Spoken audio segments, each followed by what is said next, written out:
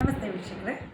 ಏನಪ್ಪ ಅಂತಂದರೆ, ವಿದ್ಯಾರ್ಥಿಗಳಿಗೆ ಪೋಷಕರಲ್ಲಿ ಎಲ್ರಿಗೂ ಆತಂಕ.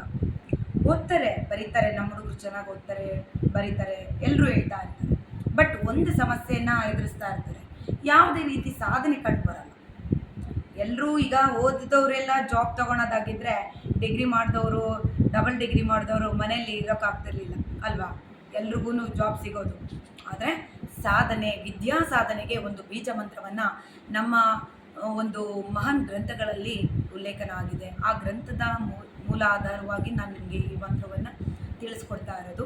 ಖಂಡಿತ ಈ ಒಂದು ಮಂತ್ರವನ್ನು ನಿಮ್ಮ ಮಗುವಿಗೆ ಹೇಳ್ಕೊಡೋದ್ರಿಂದ, ಅದು 108 ಬಾರಿ ಮಂತ್ರವನ್ನು ಉಚ್ಚಾರಣೆ ಮಾಡೋದ್ರಿಂದ ಒಂದು ವಿದ್ಯಾ ಸಾಧನೆ ಖಂಡಿತ ಆಗುತ್ತೆ ಅಂತಲೇ ಹೇಳ್ಬೋದು. ನೋಡಿ, ವಿದ್ಯೆ ಅನ್ನೋದು ಅಪಾರವಾದ ಒಂದು ಜ್ಞಾನ. ಅದು ಎಂಥರಿಗಾದರೂ ಒಲಿಯುತ್ತೆ. ಆದರೆ ನಮ್ಮ ಶ್ರಮ ಕೂಡ ಅತಿ ಮುಖ್ಯವಾಗಿ ಬೇಕಾಗುತ್ತೆ. ನೋಡಿ ವೀಕ್ಷಕರೇ, ಒಂದು ಮಾತನ್ನು ಹೇಳ್ತೀನಿ ನಿಮಗೆ.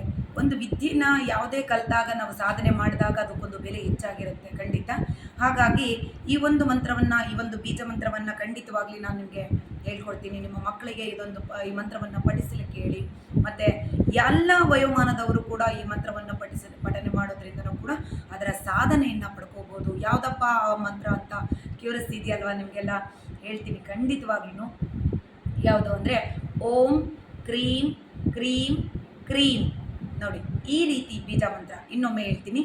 ಓಂ ಕ್ರೀಂ ಕ್ರೀಂ ಕ್ರೀಂ. ನೋಡಿ, ಈ ಬೀಜ ಮಂತ್ರವನ್ನು ನಿಮ್ಮ ಮಕ್ಕಳಿಗೆ 108 ಬಾರಿ, ಪ್ರತಿದಿನ 108 ಬಾರಿ, ಅದು ಮುಂಚೆನೇ ಆಗಿರ್ಬೋದು ಅಥವಾ ಸಂಧ್ಯಾ ಸಮಯದಲ್ಲಾದ್ರೂ ಪರವಾಗಿಲ್ಲ, ಖಂಡಿತವಾಗ್ಲೂ ಈ ಒಂದು ಬೀಜ ಮಂತ್ರವನ್ನು ಮಕ್ಕಳಿಗೆ ಹೇಳ್ಕೊಡೋದ್ರ ಮೂಲಕ ಅಥವಾ ಚಾಟ್ ಮಾಡಿಸೋದ್ರ ಮೂಲಕ ಅವರಿಗೆ ವಿದ್ಯೆಯಲ್ಲಿ ಒಂದು ಸಾಧನೆಯ ಹಾದಿ ಹಿಡಿಯಲಿಕ್ಕೆ ಸಾಧ್ಯ ಆಗುತ್ತೆ. ಒಂದು ಯಶಸ್ಸು